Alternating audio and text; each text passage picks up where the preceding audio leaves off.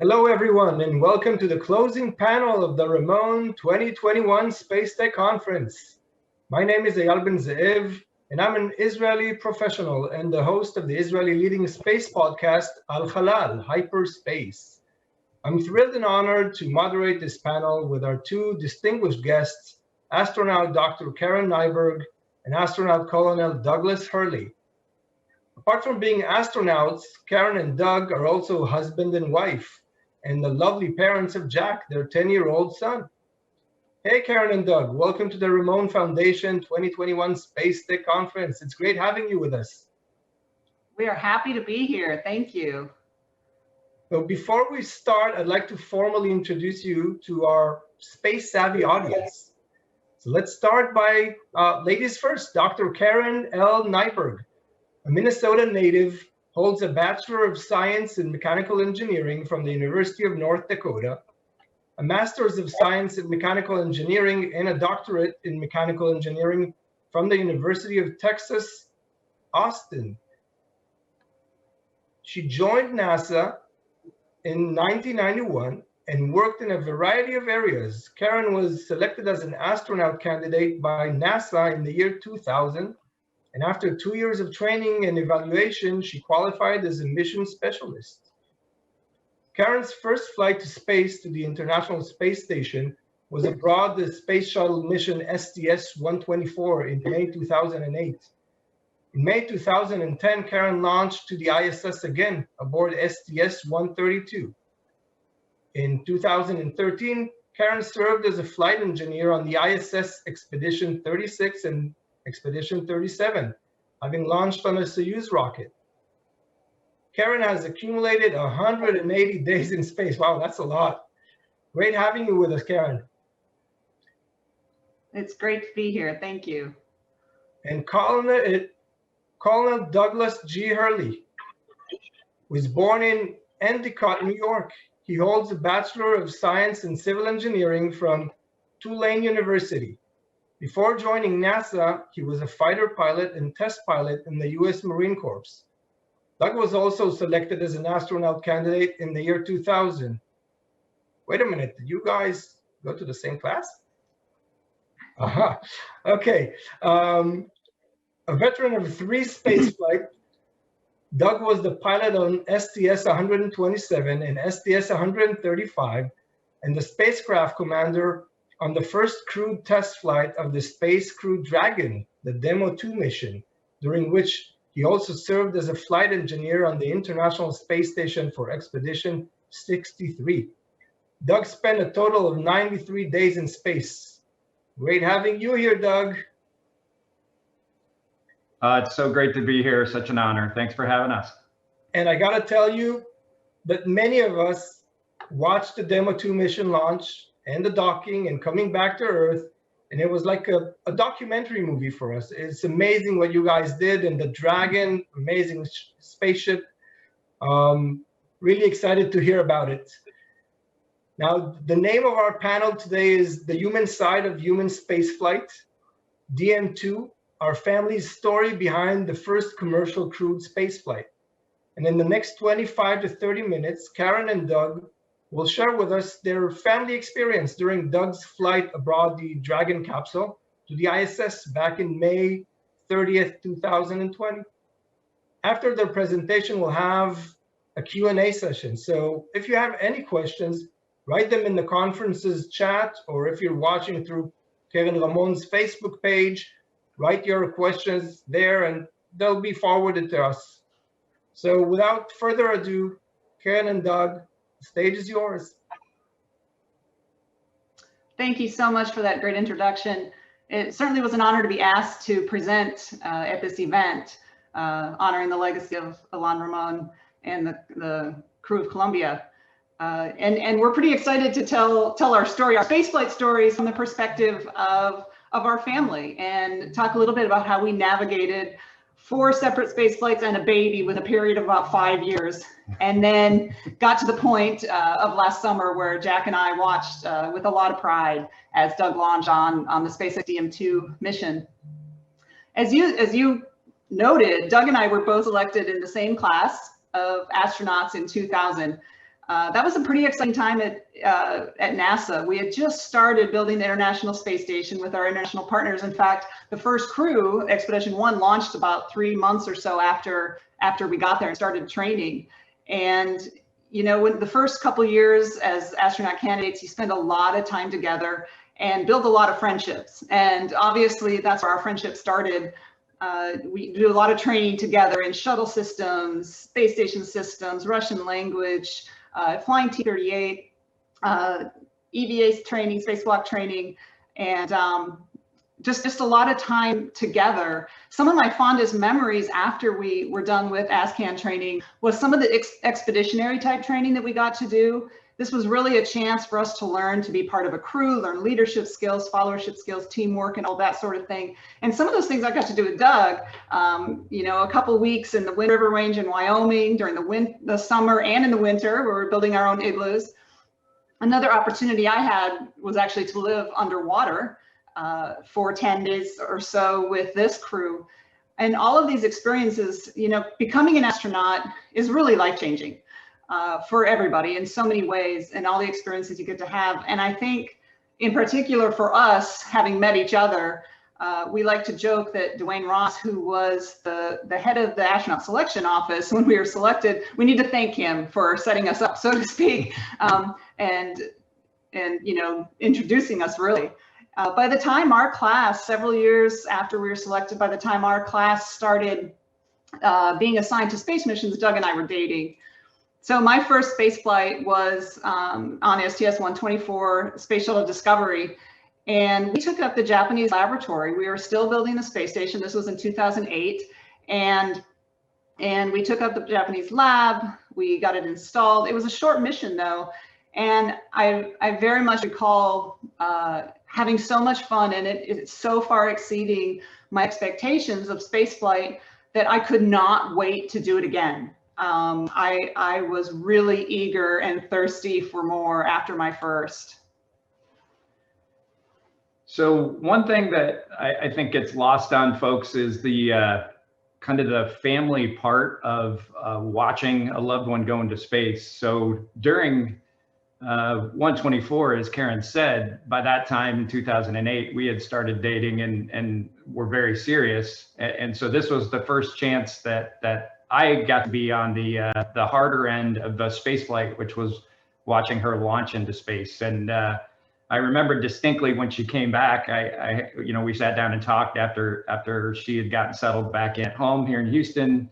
And I just said, I'm not sure what you're going to think, but I think the hardest part of spaceflight is watching a loved one go into space. And so I was lucky enough to get selected on my first flight to fly on the STS-127 mission, which was just an incredible honor and kind of already part of the family business, since Karen had taken up the Japanese laboratory the year before. We were taking up the last portion of the Japanese the entire module, which was the external facility, as well as some external payloads, which was really neat.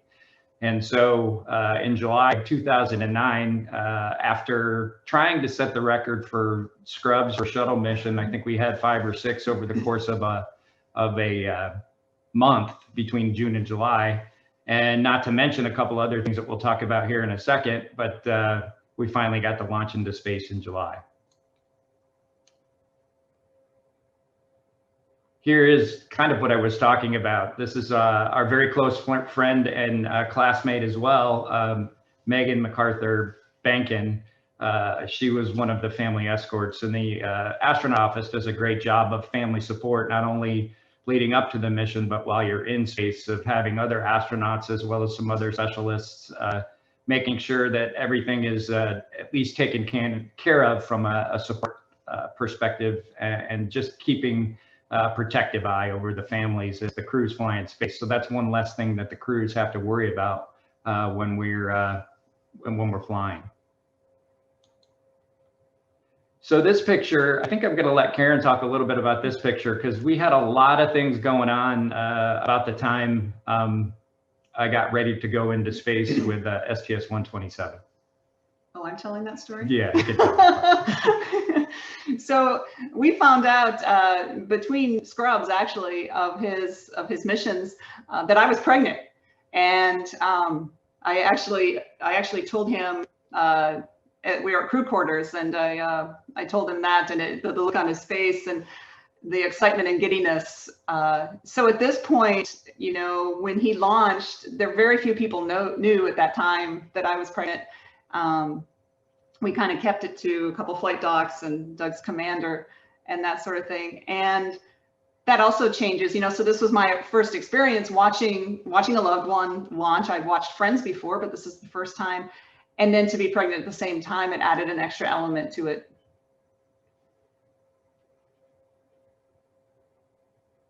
Yeah, so just one other thing to talk about here, you know, in aviation, as a career fighter pilot and test pilot, we talk about compartmentalization and all the things that are going on in your life. And I decided apparently to wait till my first space flight to know that I was going to be a father, get married, and actually fly into space. So there was a lot going on in July of 2009 as I was headed up to do this mission. Talking about pressure.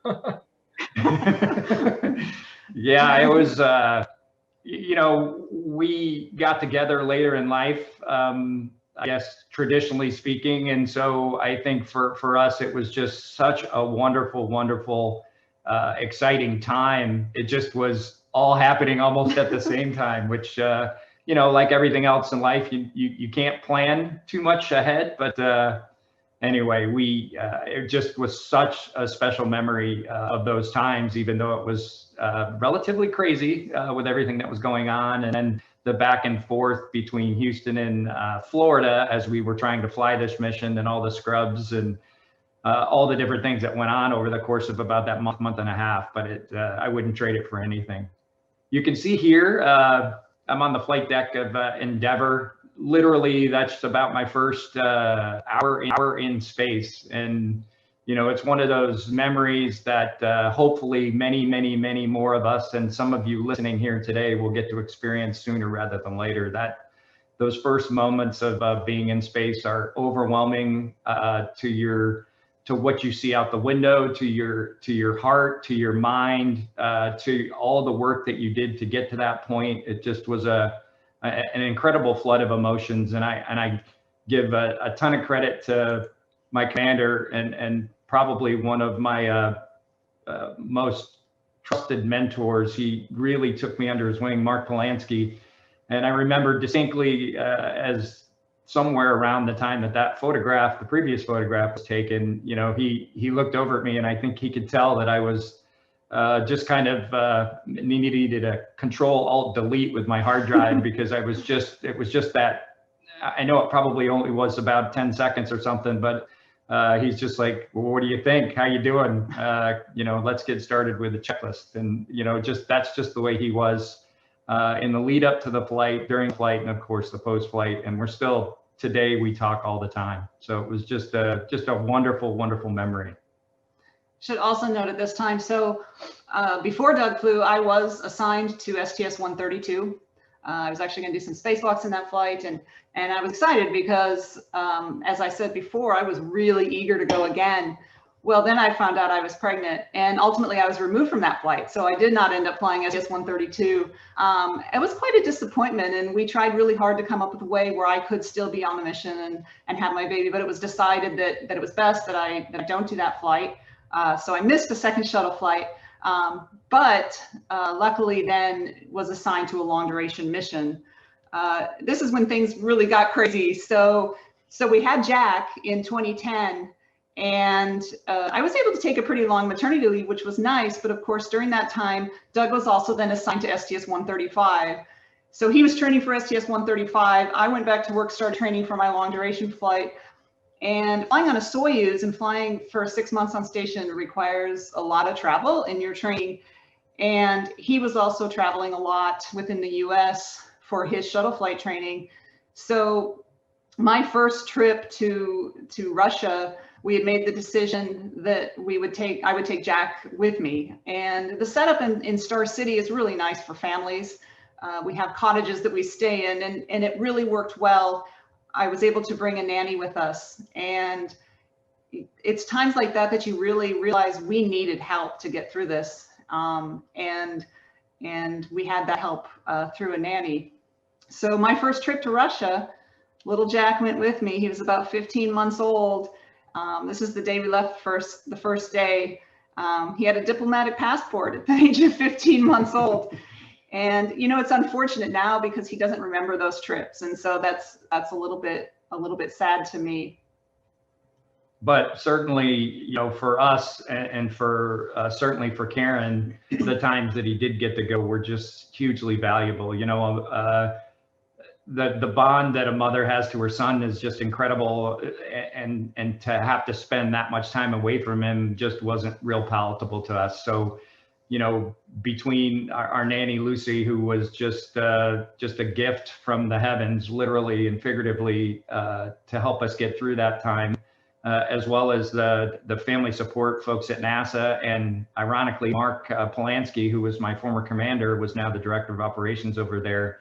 You know, all those folks stepped in to help us to be able to take Jack to Russia, because it had really never been done before with such a young child. And so there was certainly some worry by other folks as well as ours, but in the end, it really made a huge difference to our family dynamic, and for Karen to not have to have quite the separation that training flow would have given her, knowing full well that she was going to be on ISS for 5.5 months anyway. And there was certainly, at least not as we could tell, there was certainly no way we could send Jack with her on Soyuz. Yeah, and I didn't take the decision lightly to actually fly this long duration flight. I know when it was offered to me, we talked a lot about it, and is it the right thing for me to do, to leave him when he's so young for that amount of time? And ultimately I made the decision, which was the correct decision, that yes, this is the right thing to do. And again, it was knowing that he had an incredible father at home, and the support from our parents and from our nanny, that I knew everything was going to be just fine. So as Karen said, during this time, we were juggling 2 space flights, an 18-month-old to 3 years old by the time Karen actually flew, or I actually flew. But just from a time standpoint, we're kind of in the late summer, early fall of 2010 at this point, and it sounded like the shuttle program was going to fly one more flight. And I was asked earlier, Chris Ferguson and I were asked earlier that year by Peggy Whitson, the chief of the office at the time, if we would be interested. And then of course, Peggy was very, very attuned to the fact that she wanted Karen to fly again after the experience with 132. And so she was very much wanted to talk to both of us about that challenge of not only having a young child, but then both being assigned to a space flight. And in the end, we both maybe naively thought, oh yeah, how hard can it be? But thankfully, it all worked out very well. And by the fall of 2010, we were deep into it from a training perspective. Karen was getting ready to go on her first trip to Russia. And of course, we had started training heavily for STS-135, which we only had 4 people on board. It was going to be a very short mission template, like on the order of 7 or 8 months to train. And so we just got busy. And as a family, we just literally at times were handing off Jack at the airport as one was leaving or one was coming home. Finally, in July of 2011, the launch of the final space shuttle flight in and of itself was pretty emotional for both Karen and I personally, because it was the last shuttle flight in history, and just going through that together. I know how hard it was for her to go through it in a way, because she never got a chance to fly a second flight, but we tried to kind of experience that together as much as we could, and we just are once again really thankful that we had that opportunity. And this is just a wonderful picture by a good friend, Smiley Post, who used to work at the Houston Chronicle, and he was kind of following along our mission the whole way. And some of these pictures in this presentation are from him, and he just, they're just a great treasure to have as a memory for those experiences, because it went by, in some ways, it went by really, really fast. Yeah, so this would be the first time that Jack and I would be together watching a launch from on top of the Launch Control Center at KSC. And our family escort, like Doug said before, we always have one. This was Mike Foreman. And Jack was being a little crazy, so he said he'd hold him for me. And this picture would make it look like Jack was super interested in the shuttle launch. But to be honest, the second before this picture and the second after this picture, he was watching a helicopter over, going like this and pointing at it. So he was young enough there that he didn't really understand and really know what he was seeing and what was really happening. But it was an extremely emotional time. And, you know, before when he launched and I was pregnant, it was one thing, and now we actually had the child. And also, as Doug said, knowing this was the last shuttle launch, you know, the end of an era, and that was just incredible and quite an emotional time.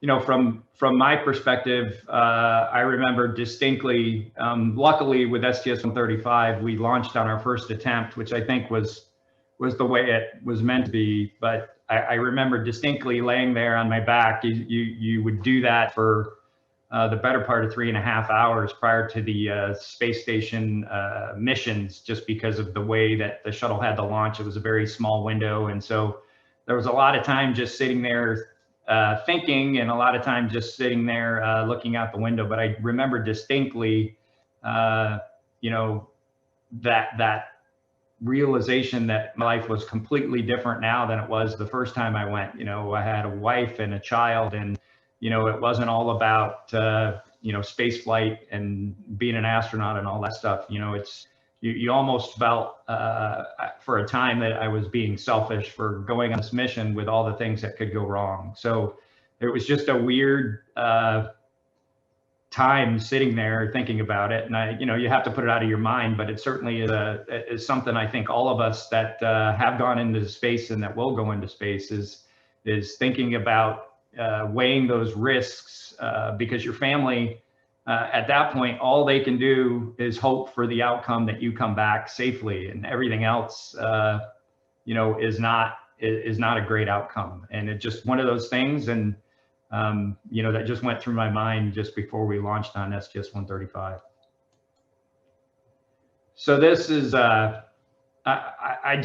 this picture is just incredible in so many ways. This was the last series of pictures taken from a space shuttle of the ISS with the moon in the background.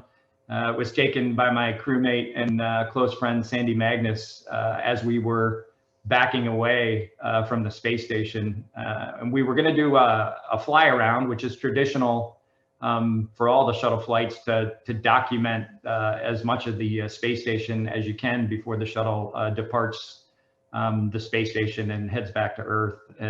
We were going to do it slightly different. So the space station, once we backed off to a safe distance, the space station rotated 90 degrees. So we had a side-on view. So this is about halfway through that rotation. So just a very unique picture. And of course, with the promise of future missions to the moon there, it just, it always is in a very emotional picture for me and on so many levels. And they just thought we'd share it.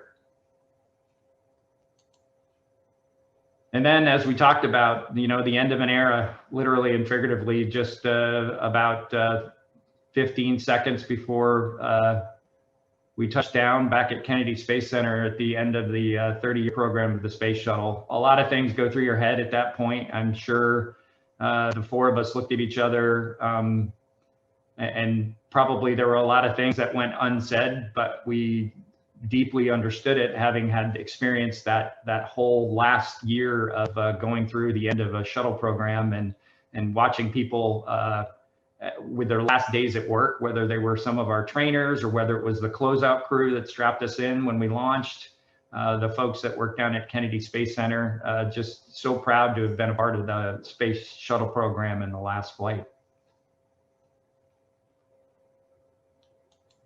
Things didn't slow down when he got back. He, of course, being the last shuttle flight, his post-flight was pretty intense as far as, you know, traveling and giving presentations and that sort of thing. And I was still full of training.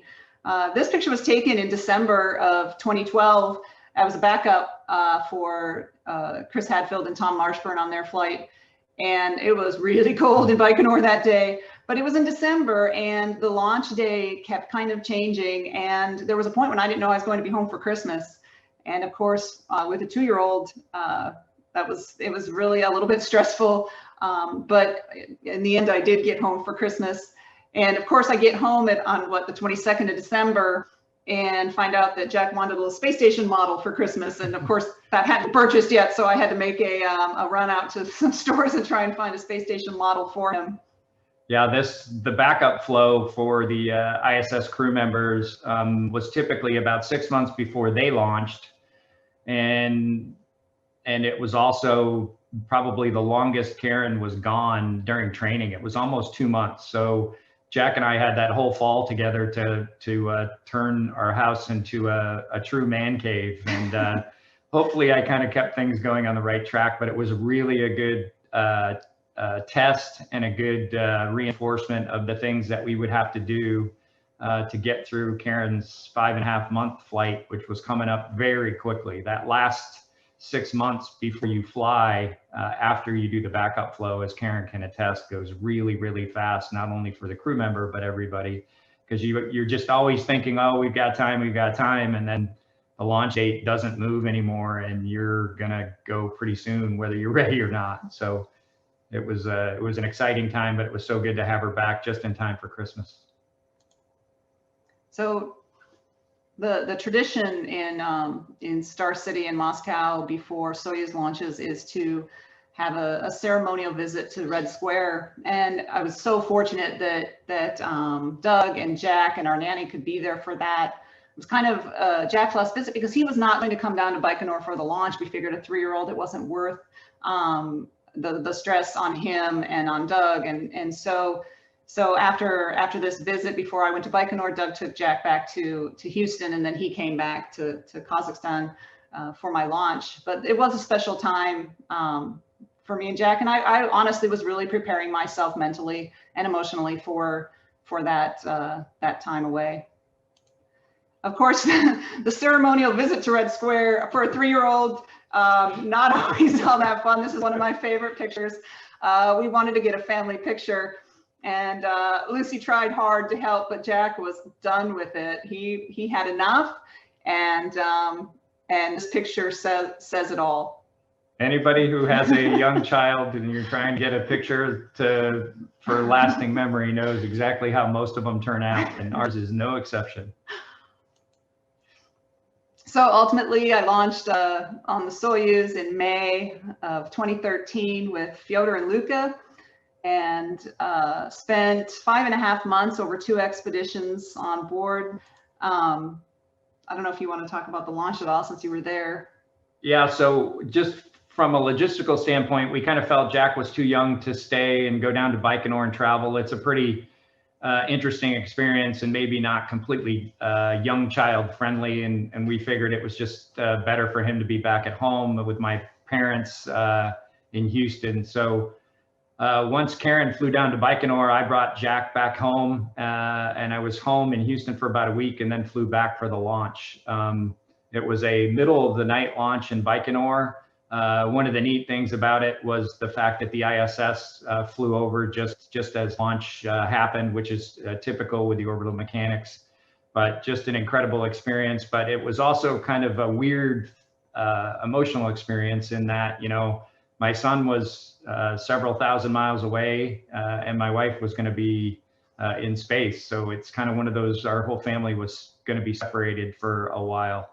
So once again, just the interesting things that go through your head as you're trying to get your wife into space. So these are the 2 expeditions that I was over. So I was able to have several different crew members. Almost 6 months on station, incredible. The science we do, the things space station is doing, and now it's even more so. The science is probably double-fold what it was when I was there. So much going on. One of my goals was to try and stay connected with our son when I was there. And at 3 years old, it's hard to have direct contact with him. He's not interested in Skyping and paying attention to a video screen. So what I did the first night is I took my iPad and I made a quick video for him about 20 seconds long saying, "Mommy's here, and look at my hair's floating," and all this. And I emailed it to Doug. And so Doug could show it to him before bedtime. And then it turns out I did the same thing the next night and the next night and the next night, and I did it 160 times. So I have 160 videos of me saying I love you to Jack and showing him tricks and showing him how we make food and everything. And then I also had a chance on a free Sunday to make this dinosaur for him. He was a dinosaur fanatic then, and he is now. And I used some old liners from Russian food containers and made this dinosaur in my off time. So after my flight, during my post-flight time, we were running so fast and doing so much for so many years. We've seldom had vacations together. And so Doug was able to go with me to Italy. Luca, my crewmate on the Soyuz, is from Italy, and he set up a post-flight for us. And it was kind of probably our first almost vacation together since we had Jack. And after that, we kind of got into some normalcy where Jack started kindergarten. We got a new dog. We got to spend some time out at a cabin and just kind of take a deep breath for the first time in several years. So in the summer of 2015, this is kind of the start of the DM2 story. We were selected, the four of us here, Sonny Williams, Eric Bowe, Bob Benkin, and I, to be the initial crews that would fly the commercial crew flights for either Boeing or SpaceX. That fall, we were lucky enough to get invited up to the White House, and it was an astronomy night, and we were all honored, of course, to meet President Obama. Wonderful night. In 2018, about 3 years later, Bob and I found out we were going to fly together. Bob also was a classmate of Karen and I in the class of 2000, and probably my closest friend in the astronaut office, other than, of course, my wonderful wife. So we spent a lot of time together earlier in our careers, and then, just having this opportunity to fly with one of your closest friends was just once in a lifetime and a great way to cap off this flight. SpaceX was fantastic in that families were important from day one, and they invited Jack and I out at one point to get a tour of the facilities, and Jack was able to try on one version of Doug's helmet and just see the production line of the vehicles and all that. It really was special for us as a family, and they took really good care of us. Our last trip, Doug had a training trip to SpaceX last March, beginning of the month, and Jack and I were able to tag along and do some things in the area. Little did we know that would be, when the pandemic basically started, and that was the last time, we traveled. And that I had made the decision a couple months earlier to retire from the astronaut office. So we get home from this trip, and at the end of the month, I retired on March 31st and became basically full-time in-home school monitor for our son, and then moved on to the summer activities of launch. So all along that 5-year road, we had the opportunity to do multiple tests of all the different things you do. And this is my favorite picture of Bob and I after a water survival test down at Kennedy, kind of an open water test just to validate all the things that we needed to do with the capsule landing in the water. This was taken by one of our trainers who was just instrumental in getting us from basically no training flow to the training flow we got to before we launched. Just an incredible amount of work done by such talented people out there at SpaceX. Here we are getting ready to head down to Florida for the launch of DM2. What's unique about this is typically we wouldn't be able to spend time with a child under 12 in quarantine, but since the whole world was in quarantine, we were able to stay together as a family, and I didn't have to separate from Jack in the 2 weeks prior to launch. And so once again, a silver lining to an otherwise very difficult pandemic for everyone.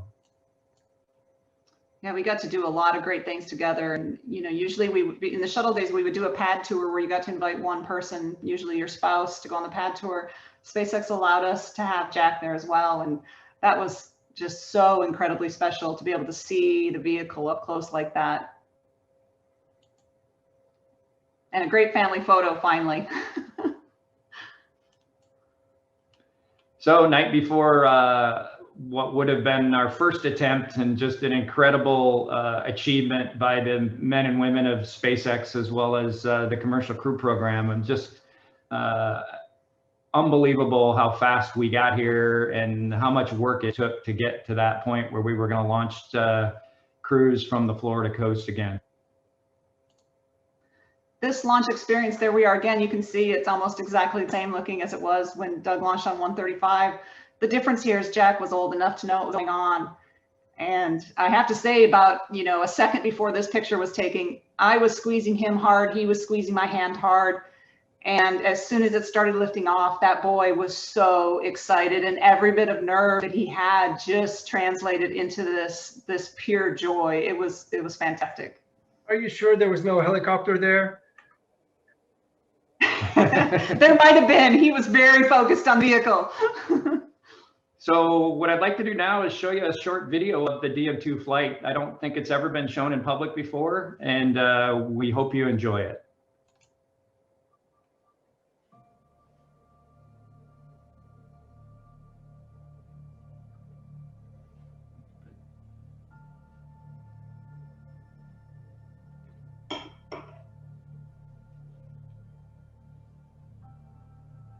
You're looking at the American-made rocket and spacecraft that will return American astronauts to the International Space Station from American soil for the first time since the retirement of the space shuttle, last flown nearly 9 years ago.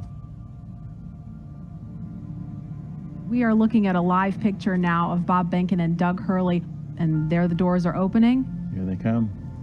And there they are, NASA astronauts. Small crowd, but big cheers. NASA astronauts Bob Behnken and Doug Hurley, Doug on the left, Bob on the right, and there are their families right in front of them.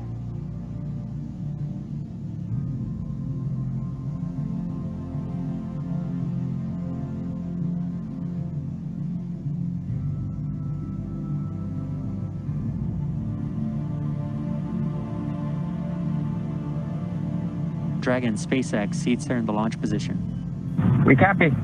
5, 4, 3, 2, 1, 0. Ignition. Liftoff of the Falcon 9 and Crew Dragon. Go NASA. Go SpaceX. Godspeed, Bob and Doug. America has launched. So rises a new era of American spaceflight, and with it the ambitions of a new generation continuing the dream.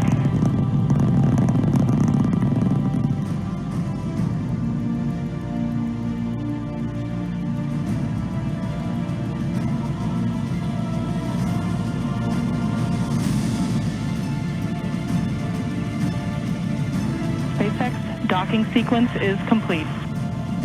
Next Dragon, we copy. Docking complete. Dragon arriving. We have Bob Behnken from SpaceX Demo 2 mission entering the International Space Station, followed by Doug Hurley. Demo 2 crew now aboard the International Space Station.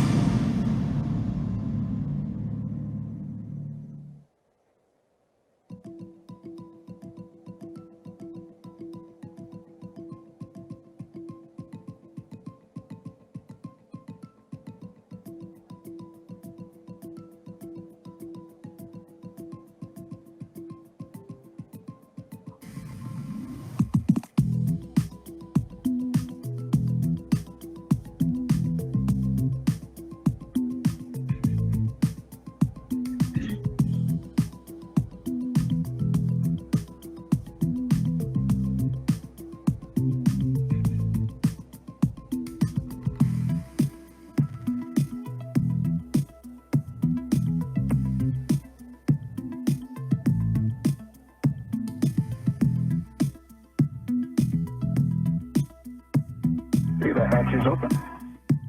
The cover is also open. Copy all. And with that, I'll hand you guys over to Josh. Good job this morning, and have fun out there. Thanks, sir. Thank you, Doug.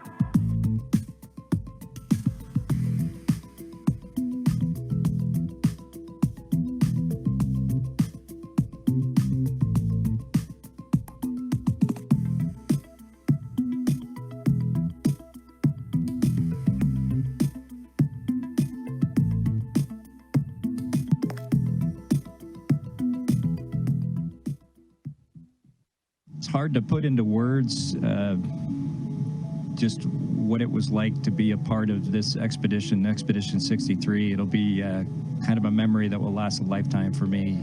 As I look back on the mission that we've had here on the International Space Station, I'm proud to have been a part of much of the science activities that happened over the last 2 months. As Doug and Chris mentioned, the spacewalks and robotics activity. Dragon SpaceX on the big loop. The final reconfigurations for undock are complete and nominal. Dragon copies. Go for undock on time. Our visors are down, and we're ready for departure. We copy all.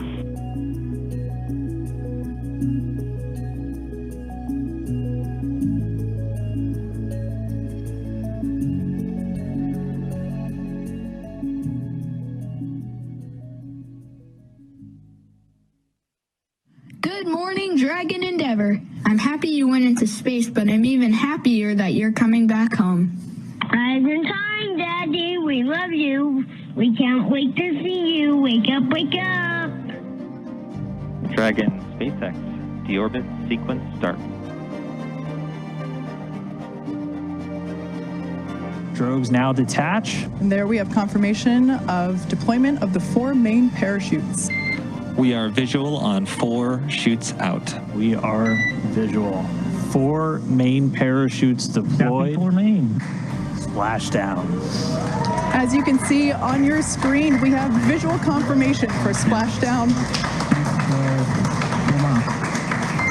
SpaceX copies and concurs. We see splashdown and mains cut. Dragon Endeavor has returned home. On behalf of the SpaceX and NASA teams, welcome back to planet Earth, and thanks for flying SpaceX.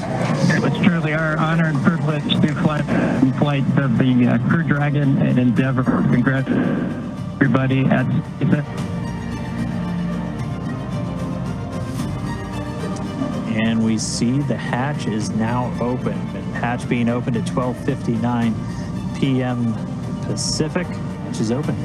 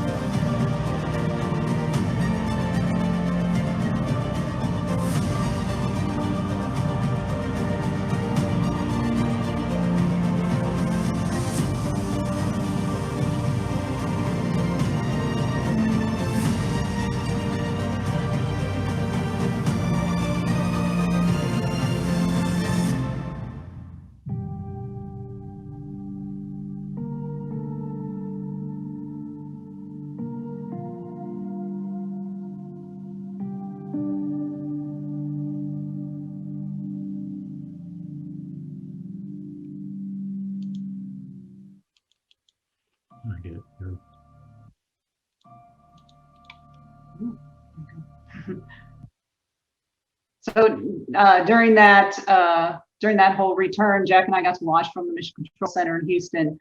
Here's a family photo during the deorbit burn. You can see the straps on Doug's seatbelt straight out. That's because the burn is happening at the time.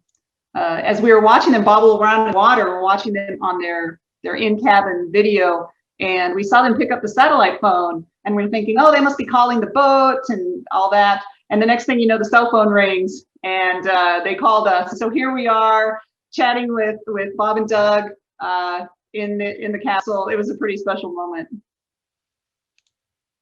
And finally, the family back together at crew quarters when they flew back to Houston. Okay, just to end our talk, I'm not sure many people realize I had a a role with the 107 mission and actually spent a lot of time with the crew in the last year before they flew. I was a Cape Crusader, what we call C-squared, where we were the astronaut member of the closeout crew for each shuttle crew that flew, and I was lucky enough to be the closeout crew member for STS-107. And the tradition was to, since you were the last person out of Columbia, in this case, they would take your name tag and then fly it for you. And we did it on every shuttle mission. And this picture you can see is kind of floating in the pilot window. It was taken by Dave or Willie. I'm not sure which one, but it was sent down to me towards the end of January. And it just, I can't tell you how much it means to me to be a part of this this day and this celebration. It was just a wonderful crew, and I just consider myself lucky to have been a part of it, even though for both Karen and I and anybody who was, frankly, anybody around the world, but certainly as an astronaut going through that experience, it was just a life-changing experience. And anyway, I just wanted to put this in here as kind of the last, part about being an astronaut is there's the things that, we experience, in space are incredible, but this was just a tough thing to go through as an office and as an agency. And we learned from it, but, and we're keeping their memories alive, which is, I think, the most important part. And I think with that, we will stop sharing and we can take some questions if we have some time left. Sure. So we do have some time left, hopefully a bit. Just wanted to say a great story. Specifically, I love the baby issues that you had on the way. I think it gave Houston, we have a problem, a whole new meaning. But anyway, thank you very much for sharing with us a small part of your day-to-day life. And now we can go to some questions. Some were sent before and some people sent us right now. So here we go. Gilad Sivan wants to know, what are the most urgent issues we need to solve regarding life in low Earth orbit and on the moon? Well, I think, we've worked pretty hard in space over the last 20 years as far as ISS is concerned, just trying to figure out what the human body needs and what we need to do to mitigate all the effects of microgravity and radiation that we would experience. And Karen was a significant part of the eye testing. We've experienced ocular swelling of the eyes, among other things, with some crew members and vision changes. And so it's been a combination of science and testing that we've gone through to try to eliminate that. Of course, the bone density challenge, the longer your body is in space, your skeleton essentially breaks down, like you have osteoporosis. So the mitigating things that we can do with resistive exercise, mostly that help to reduce that. So we continue to do that in low Earth orbit. And I think all those things are going to pay huge dividends as we figure out what the human body needs to survive in space. We're going to look back on these days on board ISS as a success story when we go to the moon, and then ideally the ultimate goal is Mars. Great. Another question by Elad Lerner. He wants to know if you want your kids to be astronauts, and if yes, then where would you want them to fly? Yeah, we want Jack to be whatever he wants to be. We don't think he's interested in being an astronaut right now. He's very interested in dinosaurs still and paleontology. So I think if we were to discover fossils or that some living creatures were on another planet, that's where he would want to go. But seriously, in all honesty, we just want him to do what he has a passion for. Yeah, that's how we got into this business, was we were passionate about flying in space. And, I think it makes a difference, whether it's your professional life or your personal life. And, that's all we want for him, is just to be passionate and go pursue those goals. Jay Howard asks, I understand that NASA, but not other nation space agencies, has long-standing rules against married couples going to space together. Do you think that this will or should change? Yeah, I don't know if it's actually a rule. I think that it might be an unwritten rule that we just generally don't do that. And in our case, having a child, we wouldn't do that. You know, I think it depends on who the people are. That makes a big difference. And as we get to the point where we're going further away for longer periods of time, I think that's inevitable that would happen. Yeah, we made the decision just because we have a son that we would never knowingly put ourselves in that same situation. So we wouldn't fly 238s together, and we wouldn't fly a mission together. But I certainly think there's merit to having couples fly together for many reasons. And I think it's just something we'll have to look forward to seeing how the psychologists and the behavioral performance folks solve that question as we have these longer missions much farther away from Earth. Yeah, well, I guess we just need more and more people to go up there, and then we'll figure it out ourselves. That's exactly right. That's exactly right. Another question, how do you think space tourism will look like in 10 years from now? That's a great question.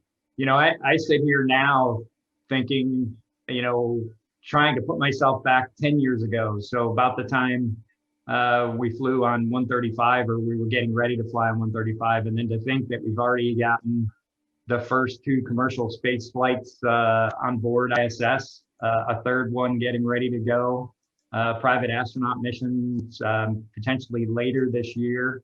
And that's just literally in a decade. And so I think, you know, the cliche is the sky's the limit, but I certainly think it's just, I don't even know if you can be as forward thinking as where we could potentially be in another decade or two.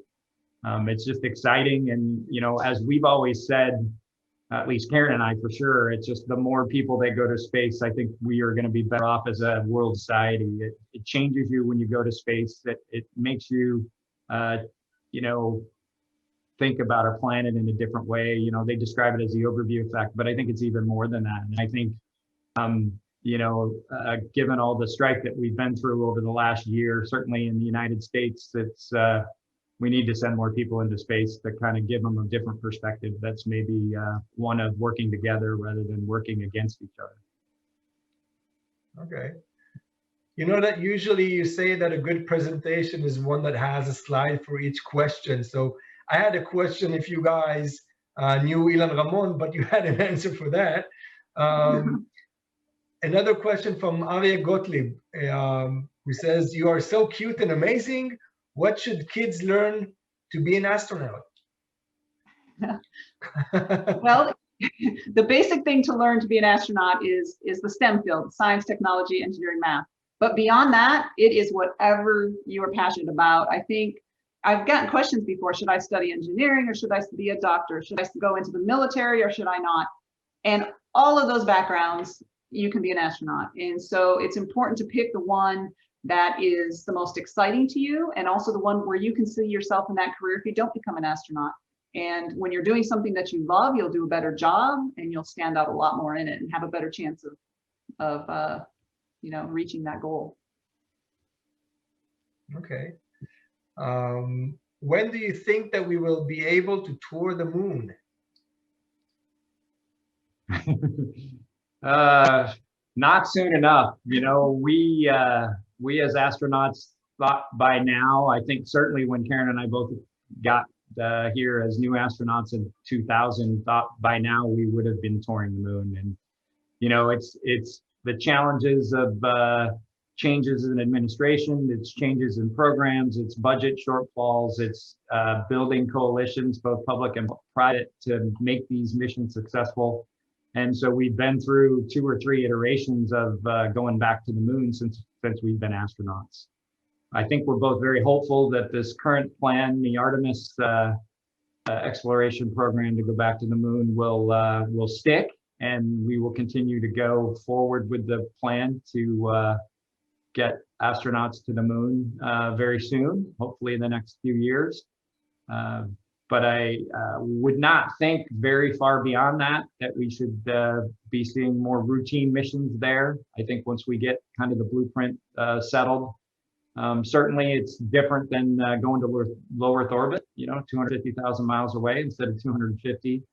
But, the public-private cooperation as well as the international cooperation, I think when we put all those smart people together, that we should see that sooner rather than later. And I really look forward to watching it all happen. Okay, we're almost wrapped up. Another question or two and then we'll finish because we're out of time. Can you share the most memorable time out of the many days in space? Oh gosh, there were so many memorable times, but one that really hit me, and this might be more sober feeling than it should, but I was listening to the news one morning, and there was some strife somewhere on the other side of the world, and we listened to the news like we always do, where it's hard to imagine what these other people are dealing with. And then later in the day, I was at the cupola, the large windows looking down on Earth, and we happened to pass over that country. And I all of a sudden felt this extreme, like, oh my goodness, those people that I just heard this news report on. And I felt this connection to them. And I know that at that point, and I think throughout my whole mission, my sense of empathy increased, but at that point, it really did. And that stuck with me, that it made me feel more connected to everybody around the world. What was the best food item you ate on the ISS? Yeah, we get that question a lot. The first thing I would like to say is, we have a food lab here at the Johnson Space Center, and the folks that work there work tirelessly to get us a selection of meals that is just incredible. I think if folks realize the variety that we had, I think they traditionally think it's like we eat like folks in the military do, and it's just not the case. And I'm sure Karen can tell you, and I noticed it even over the 2 months I was at ISS, to have food variety, it is a huge impact on your psychological well-being, and meals become very important when you're kind of on a long duration space flight. And so we really have a huge variety. I think for me, typically it's the spicy foods that really resonate, like red beans and rice or the jambalaya are just wonderful, because I think for some reason your taste buds are slightly different in space, and so I crave spiciness and saltiness much more so than I do on Earth. Oh, that's interesting. What are the differences between the various types of spacecraft you flew in?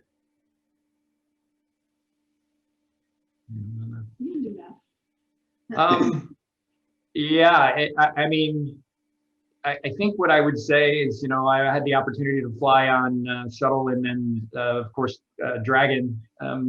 The biggest thing I think is the size difference was very noticeable from a pilot's perspective. And what I mean by that is, the shuttle was huge. It was a 230 or 40,000 pound vehicle, and Dragon was about 10% of that.